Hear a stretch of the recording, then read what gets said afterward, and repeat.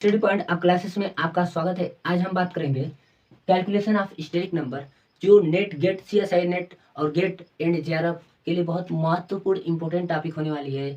जो कि आज का सेशन बहुत इंपॉर्टेंट है, इंटरेस्टिंग टॉपिक है कि जो कि नेट में भी पूछता है, गेट में भी पूछता है, जेआरएफ में भी पूछता है और जेई में पूछता है, और जो नीट की तैयारी कर रहे हैं बच्चे उसमें भी पूछता है क्वेश्चन।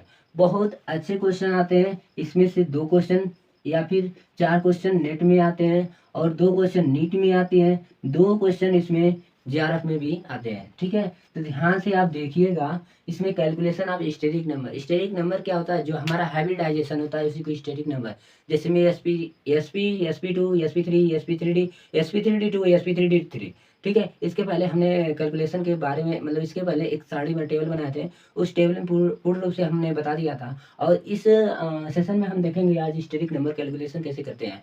जैसे अगर किसी कोई भी कंपाउंड दे दिया, मान लो यहाँ पे BF3 है, BF यहाँ पर 3 है, तो कह देगा हाइब्रिडाइजेशन क्या होता है। सबका तो सब मॉलिक्यूल का तो हाइब्रिडाइजेशन हम ज्ञात नहीं कर सकते हैं, बट जैसे सब मॉलिक्यूल का हाइब्रिडाइजेशन तो याद नहीं कर सकते हैं। इसकी इसीलिए स्टेरिक नंबर से हम सहायता से हम आसानी के साथ ज्ञात कर सकते हैं। ध्यान से देखना, एक होता है, एक स्ट्रक्चर पे होता है, एक मॉलिक्यूल पे होता है। स्ट्रक्चर पे जो होता है ऑर्गेनिक का होता है, जो मॉलिक्यूल पे होता है वह इनऑर्गेनिक का पार्ट होता है। हाइब्रिडाइजेशन दोनों प्रकार से ज्ञात करते हैं। जैसे अगर कोई ऑर्गेनिक का दे दिया, स्ट्रक्चर दे दिया, तो आप ऑर्गेनिक के माध्यम से उसका होता है स्टेरिक नंबर क्या होता है? Number of sigma bond plus lone pair electron. क्या होता है? नंबर ऑफ सिग्मा बॉन्ड और प्लस लोन पेयर इलेक्ट्रॉन होता है। ध्यान से देखना, स्ट्रक्चर पे देखा तो number of sigma bond count करना और loan pair electron. Loan pair electron क्या क्या होते हैं? जो एटम के बैलेंस बनाने के बावजूद भी जो इलेक्ट्रॉन बच जाते हैं, जो जैसे हम पार्टिसिपेट किसी को दे देते हैं, जैसे एक इलेक्ट्रॉन इसको दे दिया, एक इलेक्ट्रॉन इसको दिया, एक इलेक्ट्रॉन इसको, बावजूद भी 2 इलेक्ट्रॉन हमारे पास है। जो 2 इलेक्ट्रॉन रहते हैं वही लोन पेयर इलेक्ट्रॉन, वह एक लोन पेयर इलेक्ट्रॉन में काउंट किया जाता है। ध्यान से देखना। ओके, तो यहाँ steric number number of sigma bond plus lone pair electron होते हैं। जैसे यहाँ पर इस वाले कार्बन पर कितना हाइब्रिडाइजेशन है, इस वाले कार्बन पे कितना होगा, इस वाले कार्बन पे कितना होगा, तो क्या देखा इन तीनों पर कितना होगा। तो ध्यान से देखना, इसमें 1 2 3 4 है ना, चारों वैलेंसी कार्बन कंप्लीट, कोई लोन पेयर नहीं है। तो इसमें सिर्फ 3 सिग्मा बॉन्ड है और 0 लोन पेयर इलेक्ट्रॉन, यानी 3 है ना, तो sp2 क्या हो जाएगा?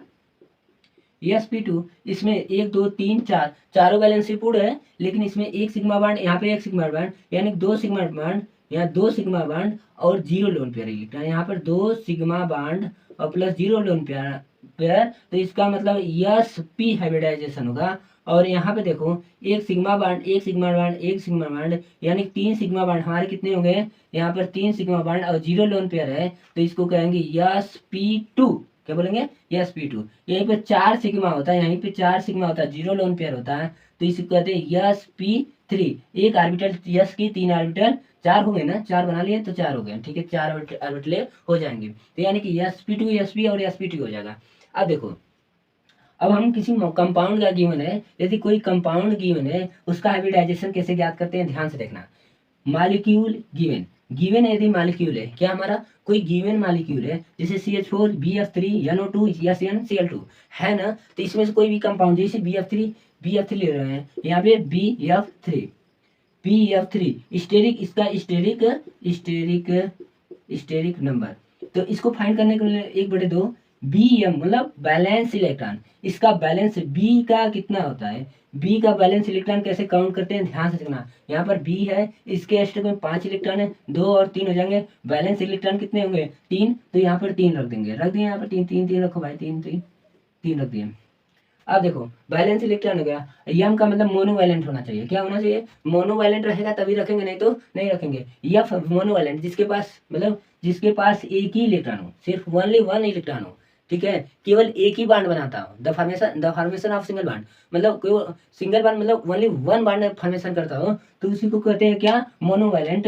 यानी कि इसका कितना है? 3 अमीनो मोनोवैलेंट, तो यहाँ 3 रख दिए। यहाँ पे कटायन और एनायन है क्या? यहाँ पे नंबर ऑफ कटायन, यहाँ पे देखो सिर्फ हर कटायन होता है, कटायन कोई चार्ज है, कटायन चार्ज है, प्लस माइनस नहीं है, तो यहाँ पर 0। और क्या एनायन कोई चार्ज है या निगेटिव वाला चार्ज कोई है? नहीं, तो यहाँ पर 0 प्लस 0, यहाँ पर ध्यान से देखना। अब 1/2 रख दिए, यहाँ पे गुणे में 3 3 3 3 6, यहाँ पे 6, 3 दूना 6, यहाँ पे 3 आ जाएगा।